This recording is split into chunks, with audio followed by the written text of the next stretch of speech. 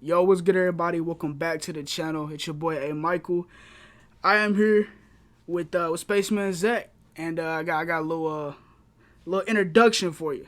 So uh, so yeah.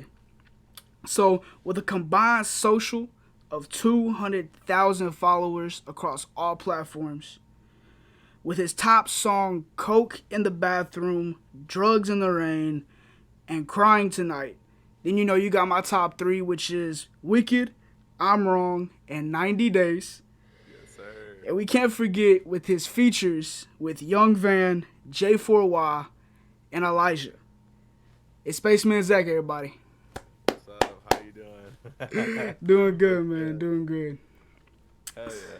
So man, so like I said before we even started recording, man, this is an honor to me. Top one of my top artists. You know. So yeah, man. So yeah, we're gonna get into these questions. You know, I appreciate we're gonna talk a little bit about your music, and then we're gonna get into just a little bit about your life. it, sir. Let's get to know the artist. So I kind of want to jump on some music questions I got for you. For sure. So the first question I got for you is, what got you into music? So as a kid, I feel like everybody did, but I like struggled with like a lot of like mental shit, like Mm, mental health issues. Um, and I had my fair share of like rough times growing up and shit like that.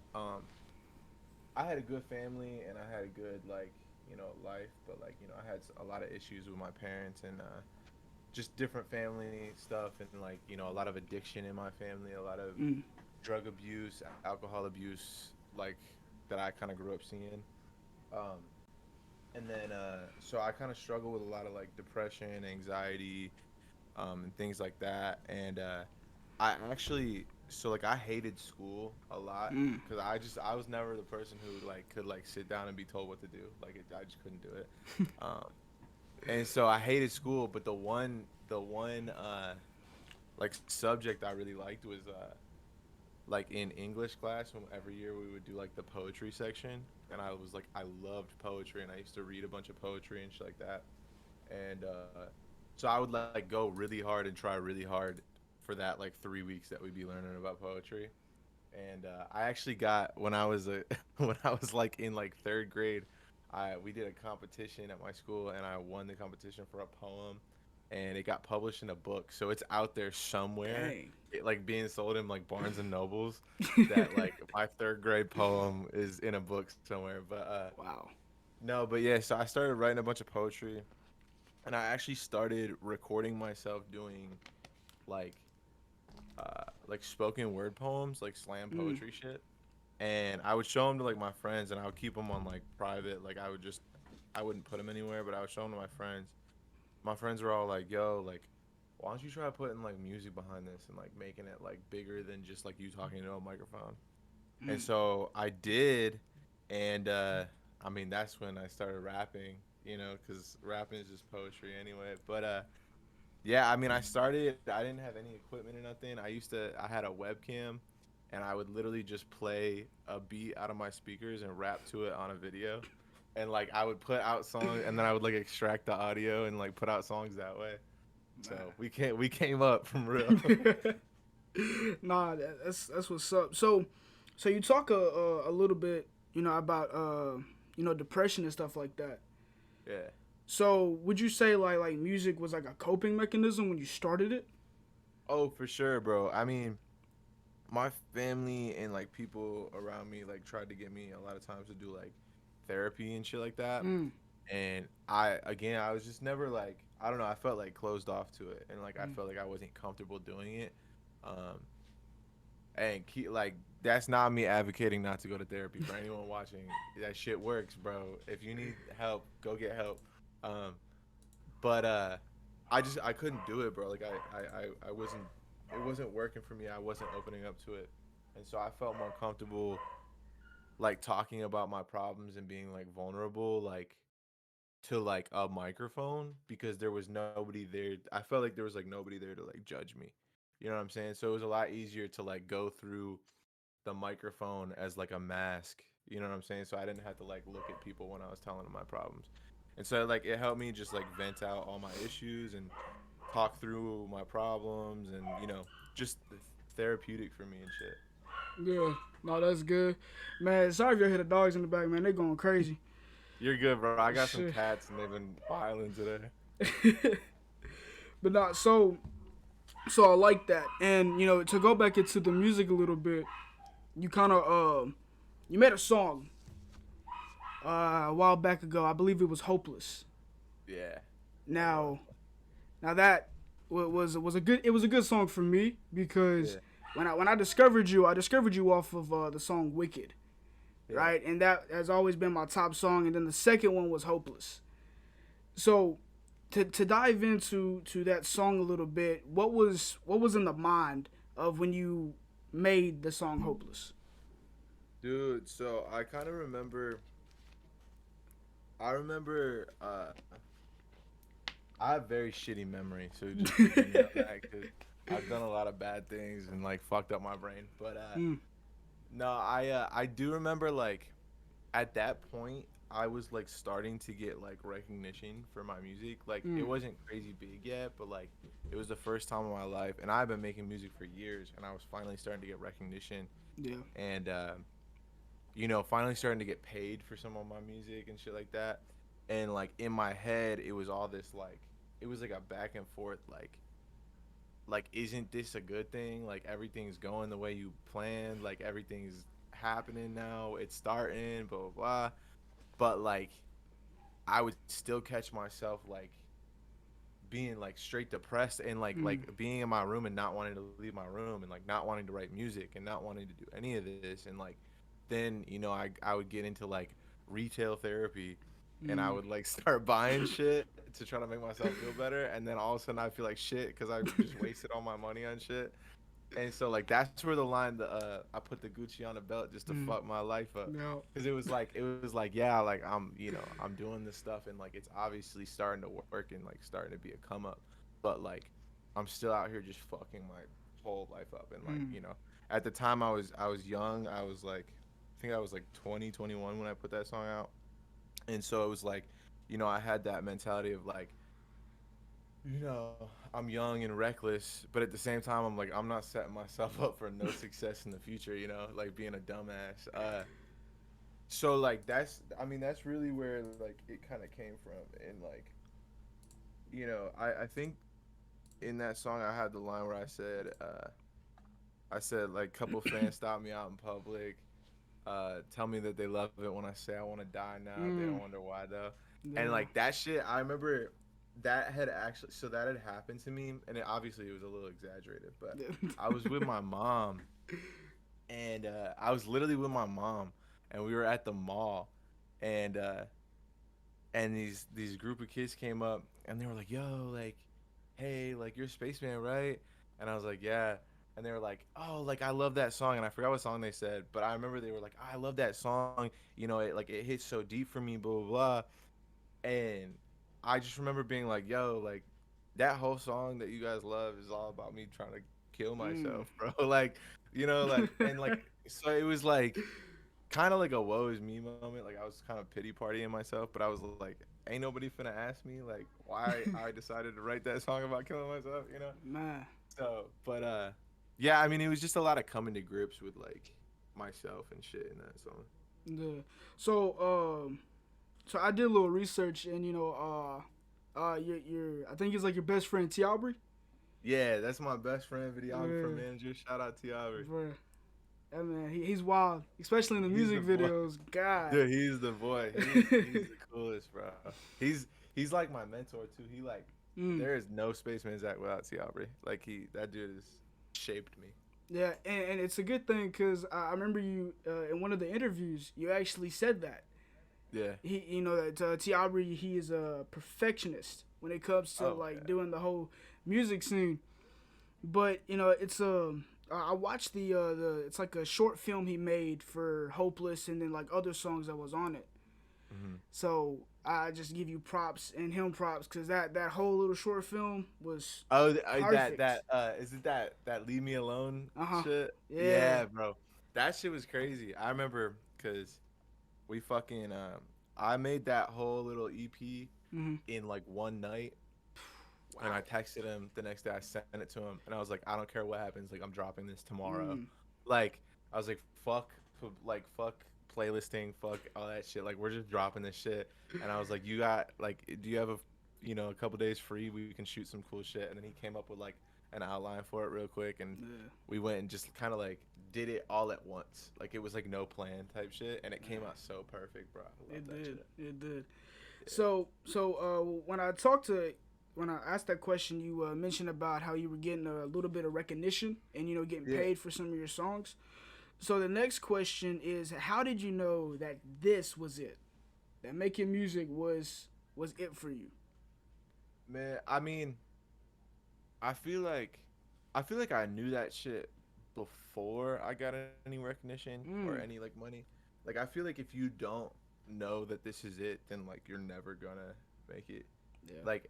I feel like you can't be like, "Oh, I want to be an artist," but like, it's cool if it doesn't work out. Like you kind of have to like, you know what I'm saying? Like you Yeah. have to like really put your all in it and be like, "Yo, like I'm going to make this shit happen."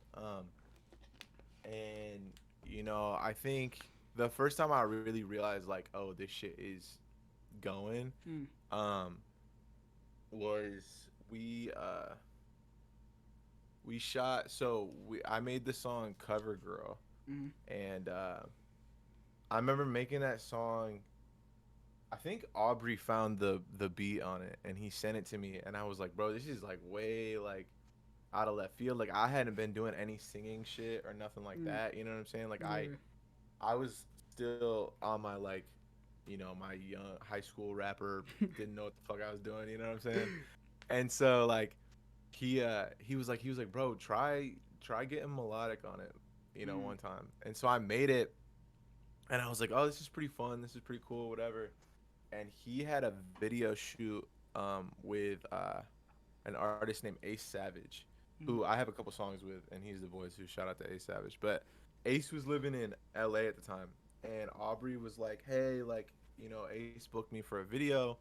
Do you want to come out to LA with me?" He was like, "You can stay at my Airbnb. Obviously, you got to pay for your own ticket, or whatever." And he was like, "Do you just want to come out to LA? Like, you've never been to LA. It would be a fun trip." I was like, "Fuck yeah!" Literally just going to like tag along, and we had some extra time, so he was like, "Hey, like, let's just shoot that new song, Mm. the Cover Girl song." I was like, "Bet, cool." So we shot it, and again, like, still just thinking like, "Oh, this is just another fucking song, another video, whatever." And right when we finished, like, right when he finished editing the video, we were getting ready to drop it, and that was right when we found the Sad Chill YouTube channel, Mm. and that was like right when Sad Chill was still like first kind of popping, and like they Yeah. like hadn't made like the crazy big name for themselves yet. Mm. And so we were like, oh my god, like this video channel is gonna be crazy. Like we love everything that's on it. Like let's just reach out. And so Sad Chill fucked with it and dropped it. And I remember it dropped, and within like an hour it had like 3K views. Man. And like that was the first time I had ever had that in my life. Like Mm. before that, like I think my highest played song in total was like 800 views type shit. Like, Ah. you know what I'm saying? So it was like Yeah. all of a sudden it was like, whoa, what the fuck? And then like the next day I gained like, 200 followers on Instagram, and I was Wow. like, okay, like people kind of fuck with this. Like Mm. this is crazy. Like, and so I think from that moment on, it just kind of started like, oh, like I'm gonna do this shit. Like this shit's gonna happen, like one way or another. You know what I'm saying? Like there's Mm. no fail at this point. And I feel like at that point I had already like said fuck college, fuck, all that shit. So like Yep. it was like make it or break it at that point. But no, I think that was the first moment where I got like a little bit of recognition, and I was like, oh, like okay, people are listening. You know what I'm Mm. saying? So Nah, yeah. that's tight. So to jump off a little bit, when you releasing your Hellraiser album, right? Yeah. I can't remember. You played at a venue. Trying to remember the venue. It's on I think it's on your channel or T Aubrey's channel. It was like Oh, is it the the release the party. originally the release party? Yeah, in Yeah. Fort Worth. Yeah. So you played at that venue, and I know that you've mentioned you played at different venues, of course. But what would be like your dream venue to play at? Uh, so I've had a couple of dream venues.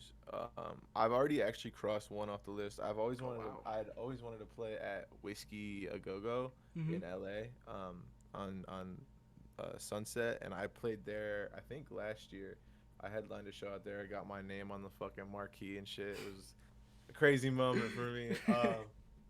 So that one got knocked off the list, but I mean, obviously, like I've always wanted to play like fucking Madison Square Garden, but Yeah. that's a little down the road. Um, and then there's a venue in Dallas called Trees. Mhm. And as as like a freshman in high school, I went and saw like Chance the Rapper there on his Oh, wow. Acid Rap tour, and I saw like Juicy J and Wiz Khalifa there and shit. Mm. So like growing up, that was like the venue, you know what I'm saying? Oh yeah. And I'm actually playing there this weekend with GBC Man. um for a festival after party. So, I get to hop on stage there, and then I don't know, I've always wanted to play like I'm trying to think, man. Like I know there's hella I want to play the what is it in Colorado? Is it Red Rocks or Hard Rock? I think it's Red Rocks. It's like that amphitheater Yeah. that's outside. Yeah. I've I always think wanted to it's Red play Rocks. Yeah. that.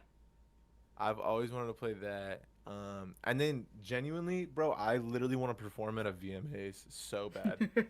Like MTV VMAs, bro. Like that sounds so cool. I don't even care where the fuck it is. I just want to perform there. But hey, I'm just saying, bro. You keep grinding, dropping bangers like you doing now, man. You gonna get there for sure, Thank you. Thank you. for sure. Appreciate it. So to hop off to another question, I've talked about in the introduction, the features you've done, with Young Van, J4Y, Elijah. But what's a dream collab with that you would like to do? Oh Dead shit. or alive? Dead or That alive? oh damn, that's a Yeah. toughie. Um, Obviously I would love to collab with like Peep X Mm. Juice. Um, you know, I've I love like Uzi and Future Okay. and Thug. Um, Outside of like rap world though, I've always wanted to make a song with Elton John. I love Mm. Elton John so Okay. much. He's like a huge influence. And like David Bowie. Um Dude, like just like everyone that's kind of like out there and a little weird. Yeah. Um uh I'm trying to think. Hold up. I have Billy Joel. Billy I Joel. love Billy Joel a lot, bro. Got Um some classics in there. Bro, my parents brought me up with like, oh, I also want to make a song with Depeche Mode really bad. Mm. They on that like that Okay. synth shit, and I think that would be super fire. But I don't know, man. There's just so many people. I just want to make music with like as many people as I can. Ah, oh, I see. You know what Hey, I'm saying? ain't nothing wrong with it. There's nothing wrong with it, man. Nothing wrong at all. So, so the question I like to ask a little bit to some of my friends who are coming into the music scene is the songwriting process. So, how does that look for you? I mean, it's changed up a couple times. When I first started making music, it was like the whole like I would find a beat and I would sit in my room alone for like a couple hours and write on a song and shit. Um, but for the most part, what I usually do is I don't like to like sit down and write music because I think that when I do, I think about it too much, Mm, and then I think the ending product ends up sounding like corny because like I'm like over analyzing everything. got you. So usually I go in and I'll find a like a beat. I always have beat first. Shouts out to my producers because again, without them, there's no Spaceman Zack. But no, I always find a beat, and then usually what we do is like I'll play it like in the studio with like the mic on and everything, and I'll just go over the song like 3 times and literally just like mumble and like hum nonsense Mm. just to find like melodies that I like. Yeah. And I'll like sometimes I'll even go in and like mix those vocals into like a song and like just be like, oh, like this is gonna sound tight as soon as there's Yeah. some lyrics on this shit. Um, and then from there, I usually go in and honestly, I usually go in and do like 4 to 6 bars at a time, and Okay. I'll build a chunk, and then I'll go listen to that a couple times, be like, oh, this is where it's going, and then I'll build another chunk, and then whatever, and then by the end of it, we just piece everything together, and it sounds tight. I usually start on the chorus first too, Okay. just for anyone out there who is looking for tips on making music. Not that like selling your music is the most important thing, but the chorus, if you are looking for that, the chorus is the most important part of the whole song. Cause bro, you think of any song in the world that you love, and the first thing that comes to your mind is that catchy ass chorus that plays Yo. 3 times. You know what I'm saying? So Oh like, man. if you really want to hook somebody, you gotta have that perfect chorus. I'm telling you. Shoot. So so back onto like the songs and stuff. What would be like the hardest song for you to ever write? In what way? You mean like genre So wise or? yeah, genre-wise. Oh fuck. Honestly, bro. Okay, crazy here, but I think I would love to do it. But country music, bro, country music Wow.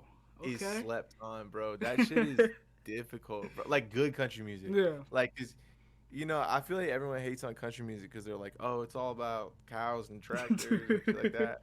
But it's the same argument that everybody has where it's like, oh well, rap music's just about bitches and hoes and money mm, and like it's like it depends on what you're listening to. You know what I'm true. saying? Like if you go and find the first country song that is like all over the Billboard Mm, charts, yeah, it's probably pandering to some like cows and beer and But like if you go deep and like I love like Chris Stapleton, mm. and he has that Okay. song Tennessee Whiskey, which is like take country music out of it, that's one of the most beautiful songs I've ever seen in my entire life or heard in my life. Yeah. And like his vocals and like just the writing of it's beautiful. And I think that like I think I could do it, Mm-hmm. but like I feel like when it comes to writing like a really good soulful country song, like there's like I feel like there's not much room for like filler. Like you gotta have Mm. like everything has to be like meaning something. You know what I'm Yeah. saying?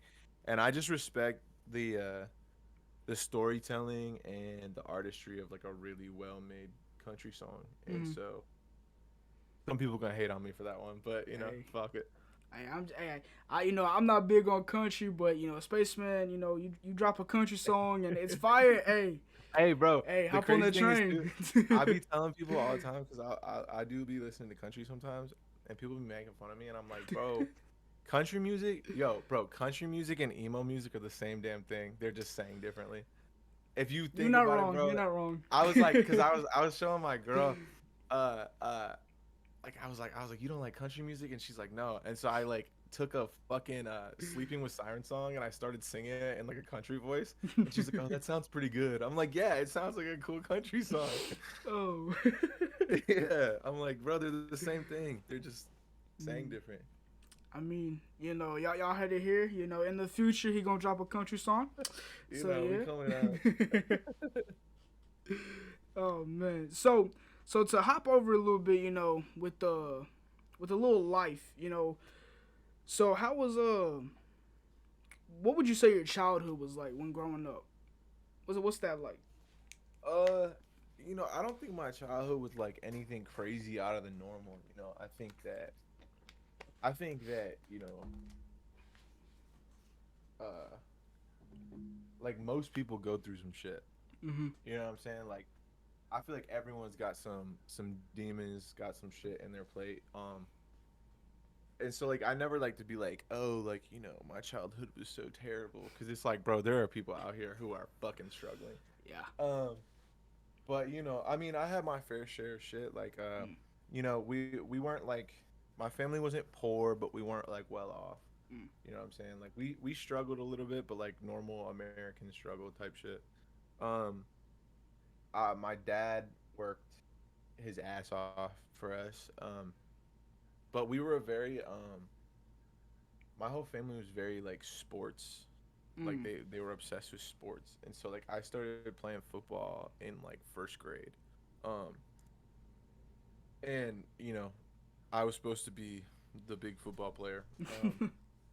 I played all the way into high school. I had some smaller colleges looking at me like recruitment and shit like that. Mm. In Because I quit football in my sophomore year, so like after 10th grade. Yeah. Um, but I had some like small colleges offering like scholarships and shit like that. I was like super fitness boy. I was in the gym fucking 8 times a day. You know what I'm saying? Hey. Um, I ended up quitting that shit to make music, Oh. but yeah, it was just my real passion. But Hey. no, I mean, I had some fucking shit. Like I have an uncle who was a major addict Mm. for all sorts of drugs and alcohol. And he actually lived with us um uh for a couple years when I was like, I think he moved in with us when I was like 12. Cause I grew up in New York. I was Okay. born in New York. And then I moved to Texas when I was 12. Okay. I think it was like 11 or 12. And then he moved in with us, and he was doing like a bunch of substances in front of all of Yeah. us. You know what I'm saying? Man. And like that's just tough for like a young kid to see. Oh yeah. Um, and then he kind of like opened the door to me starting into like a lot of that stuff. Mm. Um, my dad. I love him to death. Shouts out to my dad, but he is bipolar, and Mm. so he for a long time there was like figuring out medications and shit like Yeah. that. So he was very aggressive, and we got into a lot of bad things together. Like me and him, like we're at odds most of the time, Mm. which caused a lot of like depression for like a Oh kid yeah. growing up. For sure. And that on top of like getting introduced to like drugs and alcohol and shit Mm. like that, I started getting addicted to shit at a very young age. um you know Different types of drugs, different types of substances and shit like that. So I mean, shit was hard, but like we're here. Yeah, man. That's what's up. For sure. Yeah. So. Shout out to my family though, because I love them and they're the best. And mom, I love you. Dad, I love you. And Michaela and Ryan, I love you guys. so. So, in your childhood, who would you say your inspirations would be? I mean, so as much as I was at odds with him, my dad was a big inspiration. He was a guy who had a lot of dreams. He was a very successful baseball player who was Mm. supposed to like, he was getting looked at by like professional teams type Yeah. shit, like for like invites. He ended up having a kid, Mm. and what happens when you have a kid. Some of that goes out the window, and you gotta figure out life. Oh yeah. um and he buckled down. He's got a job that he's not a huge fan of, but Mm. like has never once complained about it, and works his fucking ass off to like pay for the family type shit. And so I respect the fuck out of that. That's something I could never do. I can't fucking work a job, bro. I've done it and I hate it. um my mom is a huge inspiration, because she like, you know, she was there for me a lot of times when like, I was struggling with a lot of addiction and mental health things. Yeah. And my mom's a nurse, so like, I tried to detox once, um, without help, Mm. and I was like having seizures on her couch, and she like called off of work and stayed with me for like a week and shit. She's amazing. Yeah. Um, and then just like in terms of like artistry, like again, it's like the Elton Johns Mm. and big influences by like I was obsessed with like Green Day, Yeah. um, Blink 182, Sum 41, Simple Plan, um, uh, David Bowie. Just I felt like anyone who was doing something different and like successful at it Yeah. was a huge inspiration because it was just like, oh fuck, yeah, you don't have to do the same thing as everybody else. Shoot, yeah. But now, big ups to big respect to your mom and dad for sure, man. Shouts out. Shoot, yeah. But so I kind of touched on it a little bit more, but on this channel we like to talk a little bit about mental health and stuff like that. So your mental health, man. You said that you've been through some stuff. Music was part of it, but what else did you like run to or cling to? Because like people like me, I'm a Christian, so I run to Jesus and stuff like that. But Yeah. I also run into music, and some of my friends they do the same thing. So Yeah. what would be your go to when you would be like really down and depressed? I mean, the sad answer to that is like drugs and Mm. alcohol, but like fully transparent, I'm clean and sober now, so like I'm not advocating for anyone to do drugs or run to alcohol for problems or anything like that. Mm. Um, that's just who I was. Yeah. Um, but no, in like the healthier ways, like I mean, it was music, Mm. dude. It was aside from music, I still write poetry sometimes. Okay. When I'm getting real anxious or feeling a certain way, like just writing it down. You don't even have to be doing anything with it, just writing it down. Like I have my phone is full of notes of just like days where I'm like really overwhelmed. And I literally just and I don't even make it artistic. Like I just Mm. literally write down the words that I'm feeling.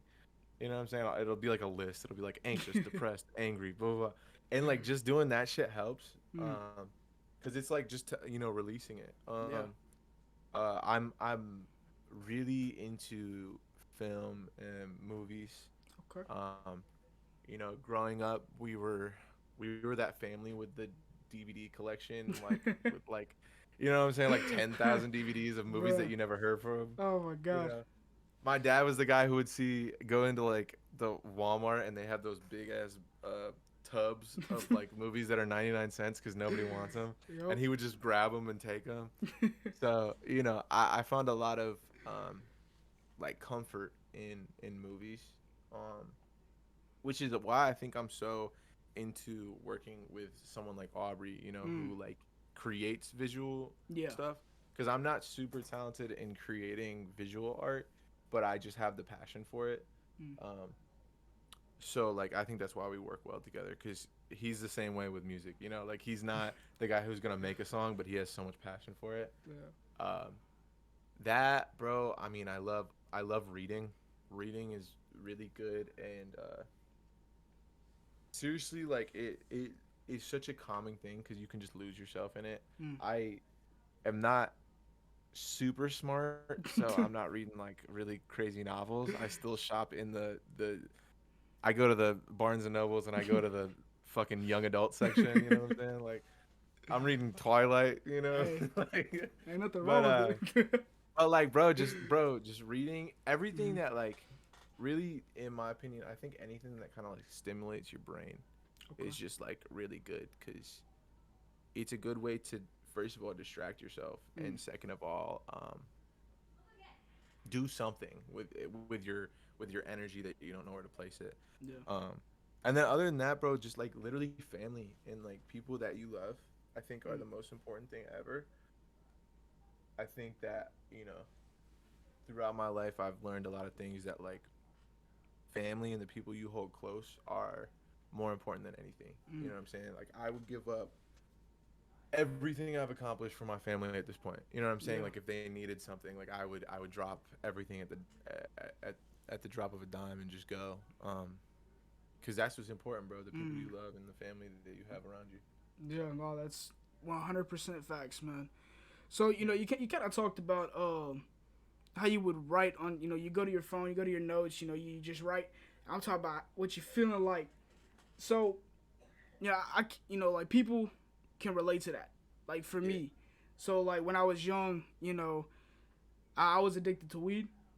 Okay. So I got addicted to that, and when I tried to like cut it out of my life completely, I Yeah. gave my life to Christ, stuff like that, and Yeah. I tried to do better.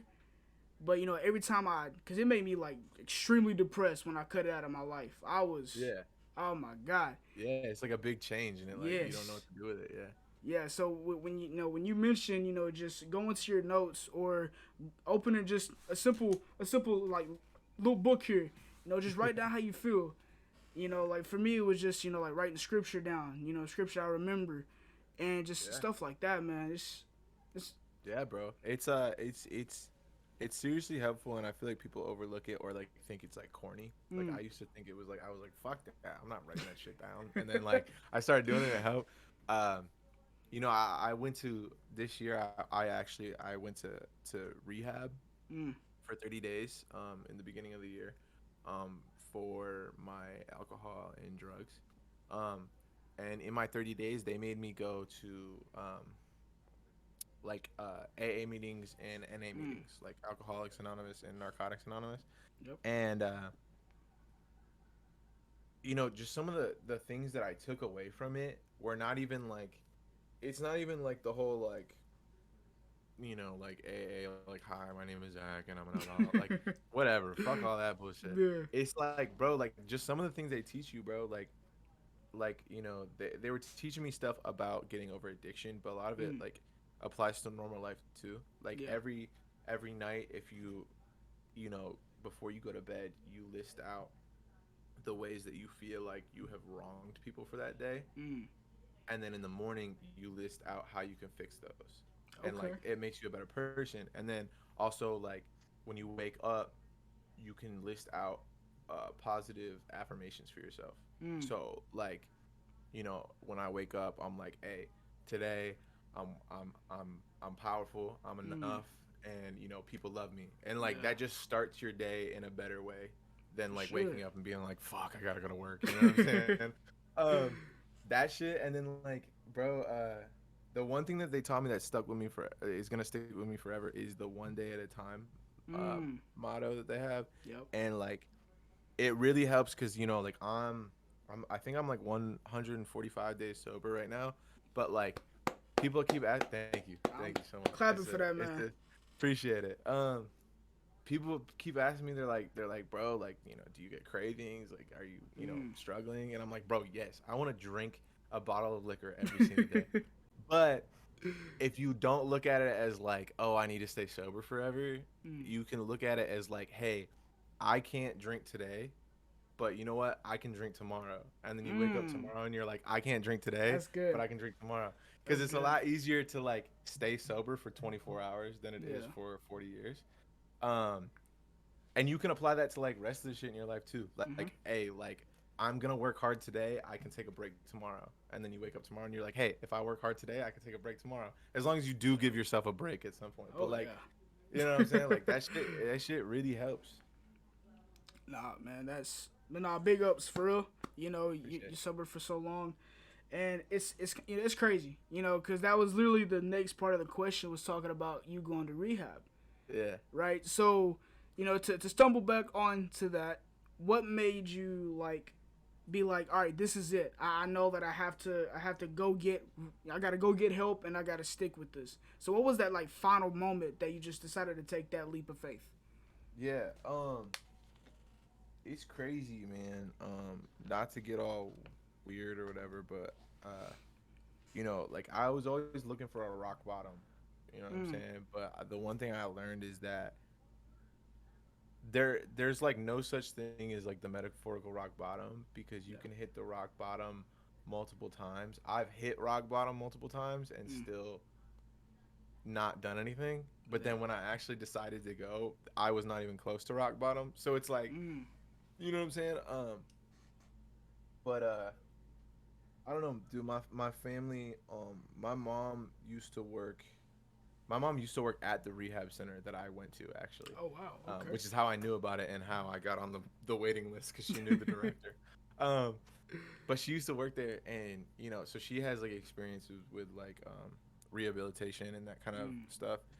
And so she had been telling me for a while now. She was like, like, hey, like know you got a problem, and I can tell you to go to rehab all day, but like until you want to go for yourself, like it's not gonna work. Like it's not gonna stick. You know, like you're gonna Yeah. go get clean for 30 days, and you're gonna come out and do everything else again.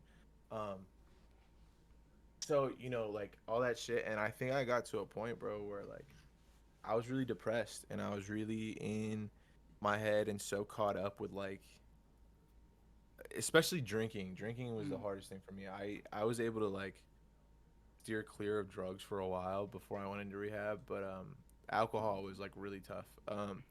And it got to the point where I was like I wasn't doing any of my work as an artist. Like I wasn't excited to record, I wasn't excited to perform, I wasn't excited to do anything like that anymore.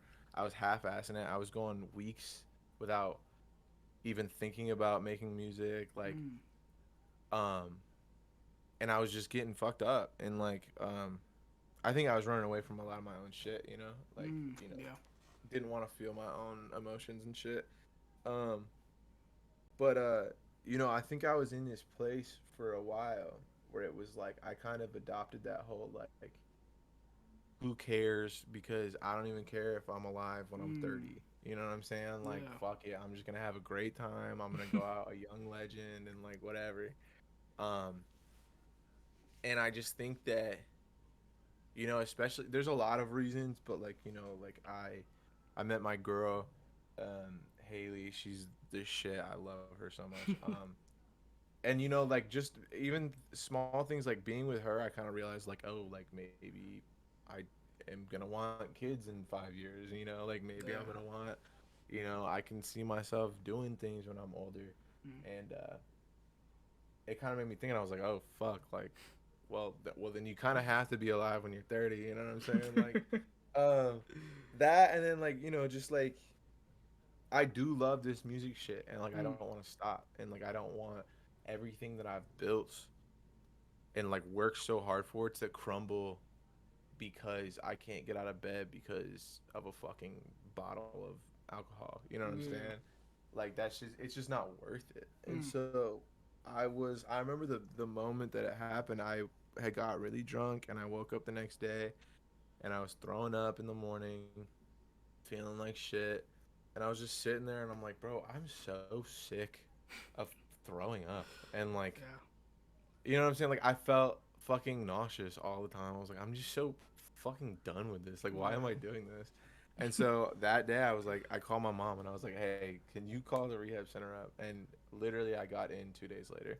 Wow. So yeah, it was just like a real quick, like, you know what, fuck. Because I told her too, I was like, I'm the kind of person where I set my mind to something and I need to Mm. do it. And Yeah. if I don't do it for like a week, my mind moves on to the next thing, and then I need to Mm. do that. So I was like, if I don't get into rehab right now, I'm gonna forget that I wanted to go to rehab, and I'm Yeah. gonna go do something else. Mm. And so it was like, yeah, we need to go. So I went. I did 30 days. So I didn't even complete the whole 90-day, but I did the 30 days. And yeah, been sober. So That's good. For real, that's good. And appreciate you. it takes a lot, cause I bet that when you were sitting there thinking about it, it's like pride came in. Oh yeah, It's like, do I don't need to. I can do this on my yeah, own. Yeah, yeah. yeah. I have a And then feeling. like Yeah. there's the moment of like embarrassment too, where like Mm. now have to go tell everybody like, okay, I'm gonna be gone because I'm doing this. And then there's also there was like literally the moment of like, if I've been talking about substances in my music for so long that I Yeah. got to the point where it was like I literally like sat down at one point, and I was like, what am I gonna write about Mm. when I'm done with rehab? Like, what am I gonna? I'm not gonna write about fucking doing coke and drinking alcohol anymore because I'm not. So like, what the fuck? Can I do this without writing about this shit? And so like, there was a moment where I was literally scared, like, oh, I'm not gonna have anything to write about anymore. And so like, luckily, when I got out, I was like, oh, I can write about Oh man. being clean and sober. Man, and you did. Yeah. You dropped some bangers. Cause I Thank you. remember it was on. I get notifications. When you and other people post on Instagram, and it was the notification saying that it was the manager. That you went into rehab, and I was like, hey, homie, getting clean. That's all that Yeah. matters. Yeah. He's taking that leap of faith. And Thank you. while you were in there, you had some songs drop. Hmm. And one of the songs that I rock with and is gonna be my number one played is Vampires. Oh yeah. That song, that song's dope. That song's Thank really you. dope. Thank you. But then, everything's done with, and then you drop the EP. Yeah.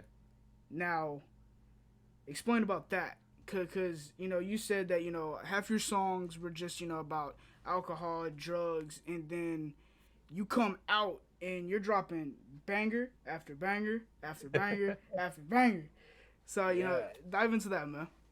Yeah, so I got out and I knew that the first so funny thing is the first thing I dropped when I got out was LNF, which is Lost and Mm-hmm. Found. And I recorded that. I knew I was going into rehab. I recorded that the day before I went into rehab. Oh, wow. Um and it was kind of like a self-motivating thing where Mm-hmm. I was like, okay, like I'm gonna make this song about how I'm being found and whatever. So when I get out of rehab, I can re-listen to it and be like, I've done it. You know what I'm saying? Yeah. So I made sure I was like, I want that to be my first like comeback song, Mm. whatever, like shedding a new light. And then another thing that I was doing while I was in rehab was I was thinking about it and I was like, dude, because up until now, I didn't know how. So I still don't produce my own beats or anything, but Mm-hmm. I didn't know how to record music or mix it. And Mm. so it was like, I have J4Y mixes all my stuff, He the and goat. he He the still goat. does. But yeah, he still does. But I was like, bro, in my free time, like I would love to be able to just like make demos and like work on stuff here and there. But I had no idea how to do any of that shit. So when I was there, I was like, when I get out, I'm gonna go fucking buy another microphone and an interface, and I'm gonna sit down at a desk and I'm just gonna learn like the basics of engineering and shit like that. And I did, and I the first thing I ever made and mixed myself was that EP, was the 90 Days Man. EP. Um, and so I did that all alone, like in this room, all alone by myself. Which was super therapeutic also because it was Oh, just like yeah. me with my thoughts, you know. Um, but I remember I was making it, and I actually it kind of just worked out perfectly because I was making it on my my Jesus Christ, I'm trying to think of words. Um, I was making it on my like my final days to 90 days. So Okay. like the song 88 was Mm. literally made on my 88th day sober. Then 89 was made on my 89th day sober. 90 days was made on my 90th day sober, and then 90 more was made on at like 12:30 on my 91st day sober. So it was like, and in those days, I was still struggling a lot with like the sobriety and shit. Mm-hmm. And I had all these people hit me up and they're like, "Bro, you're almost at 90 days. Like this is incredible. You've done all this stuff, blah blah blah." And in my head, I'm like, I still hadn't worked out all of the reasons that I was in rehab, like my Mm. mental stuff. Mm-hmm. So I'm still sitting here like, okay, I went to rehab, I got clean off of alcohol, but I'm still depressed and like Yeah. what like thinking it's gonna be like a magic fix, which it's not. So like that's what those songs were about, where it was like, I stopped drinking, but I still feel like shit. What the fuck? And then I think it was think it's 90 days where I say like I'm thinking of picking the bottle back up and then Mm-hmm. taking a drink. Fuck am I thinking? Yeah. And dude, I was literally in the studio and there's a gas station like 3 minutes from my house and I almost stood up and went and got a fucking thing, a bottle of wine or something just because I was like, fuck it, I need something to drink. Mm. And then I'm like literally sitting there, I'm like, fuck no. Why am I'm literally making a whole EP about being sober. I can't go do that to myself.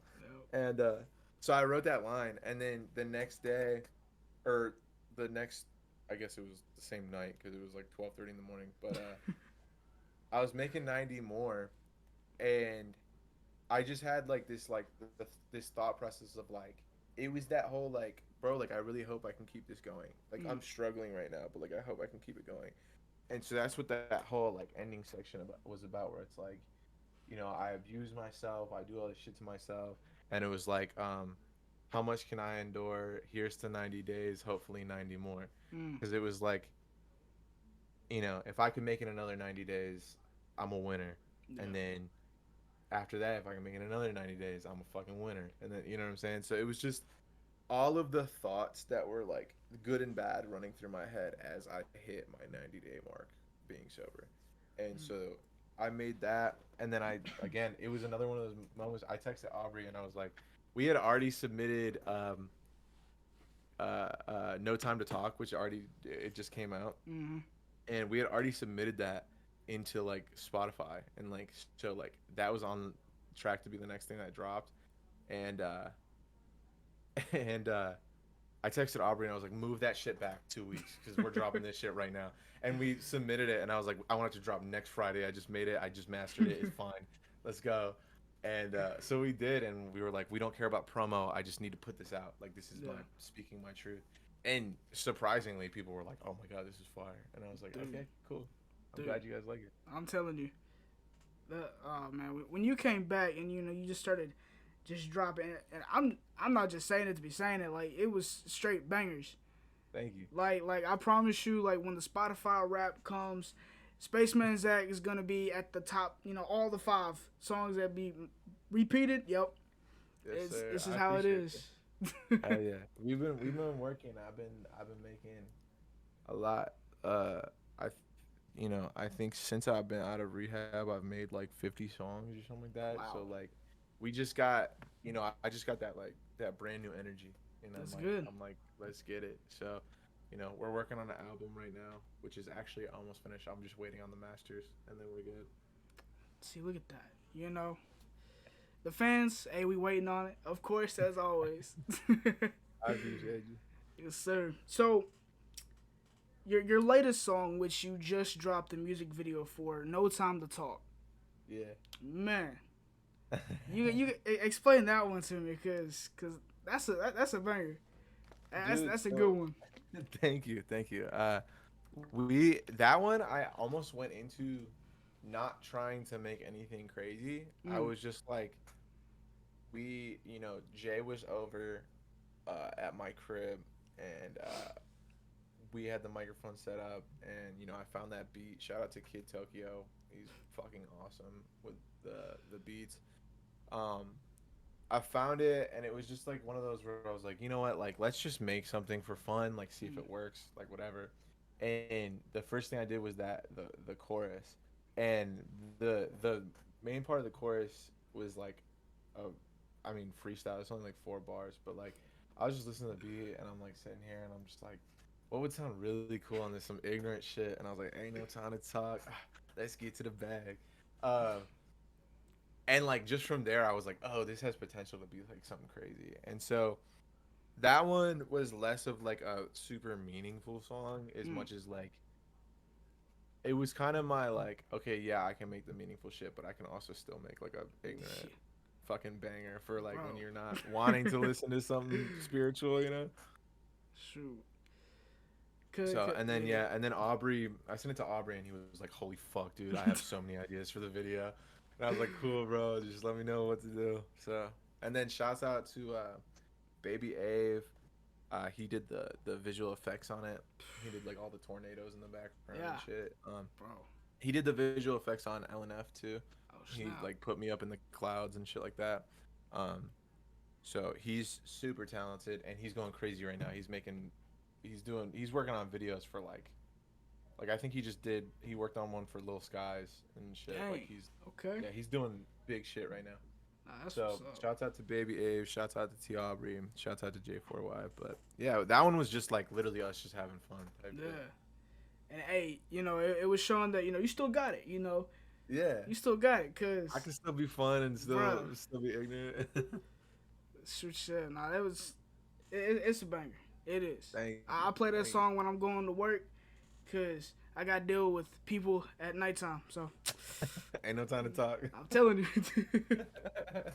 That's it.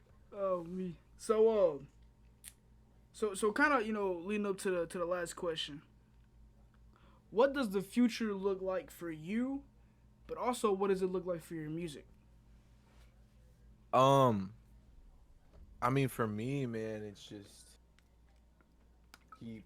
I mean, I don't know. I feel like recently I've been literally just taking it one day at a time, shit, and Mm, like For me, obviously, I want the big blow up. Like I want, Oh, I want like to be that big household name type shit. I want to be, playing these big, huge things. I want to go on tour super bad. I want to get on the road so bad.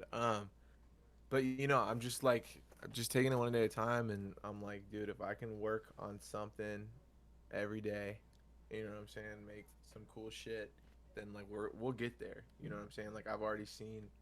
Shouts out to fans and supporters, because even in the couple months that I've been back from rehab, like everything is starting to go on this like big up scale mm, right now. Like I'm watching my analytics on shit, and I'm like, wow, like people are coming out, they're yeah. supporting and shit. So that's beautiful. Music wise, we're finishing this album up right now, and it's kind of really cool because I've done different like eras of genres and shit that I've done. I've gone through all my shit, Yeah. but this one's kind of a combination. So it's a mix of like the trap shit of like No More Time to Talk. Mm. It's got some like straight like songs that sound like Yeet and fucking Playboy Cardi. Like it's got some super ignorant shit. It's got a couple like rock shit, like grunge rock shit on it. Mm. It's got some boom bap rap on it. Like it's just a giant collection.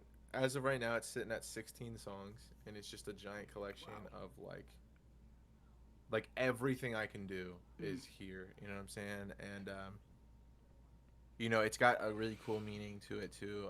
The project as of right now is called Apathy is Death. Mm. Um, and it's just got it's got a lot of stuff about like how I was not caring about anything, and like how that is the worst. And so I'm just super excited for that. Music is it's just going to be consistent from here on out, and like that's my goal. Is I'm going to keep trying to push myself to push the needle forward, and Yeah. like try things, experiment with things, consistently dropping stuff. Um, where I have Aubrey coming over in like 2 days, and we're gonna try to film me doing a freestyle on a microphone and see if it works. If it sounds good, then we'll put it on YouTube. If it doesn't, we're scrapping that shit. But like, you know what I'm saying? Like, we're just doing shit. So I'm just excited about the future. Nah, that's good. That's good. Hey, I'm excited for you. I'm excited to see what you come up with. I know your fans are, cause man, you got some fans, especially on like Discord, Instagram. You got some Yeah. loyal fans, man, for real. Thank you. Thank you. Yeah, you got people behind your back. Shouts out to the fans, bro, because there ain't nothing without them. Yes, sir. So, to wrap it up, man, is there any is there anything you wanna end on, or anything you want to say, man? Just go ahead. You got the floor, man. I bet. Yeah, just shouts out to J4Y. Shouts out to BB Lilith. Shouts out to T Aubrey, Baby Ave. Shouts out to all my producers. You guys know who you are. Shouts out to my family. And just excited. New music coming, albums coming. Swear to God, we're finishing it up. I've been finishing it up for 2 months now, but it's finishing up. Um, uh, uh, yeah, just be on the lookout. Shit's coming in full force. And also to anyone, that's struggling with anything, you got this shit, and we got your back. And reach out to somebody and get some help. Ain't nothing wrong with asking for help. Yeah. If you're struggling with any sort of addiction, you're stronger than that shit, and you can do it. So I love you. Alright. Hey, so, some heartfelt words there, man. Yeah. Heartfelt words. But yeah, so y'all don't forget to go check out Spaceman Zack. All socials will be in the link in the description. Go run up that music video, No Time to Talk. Show him some Yes, love, of sir. course. And Yes, like he sir. said, man, y'all be on the lookout for some bangers. I'm gonna holla at y'all. Yeah.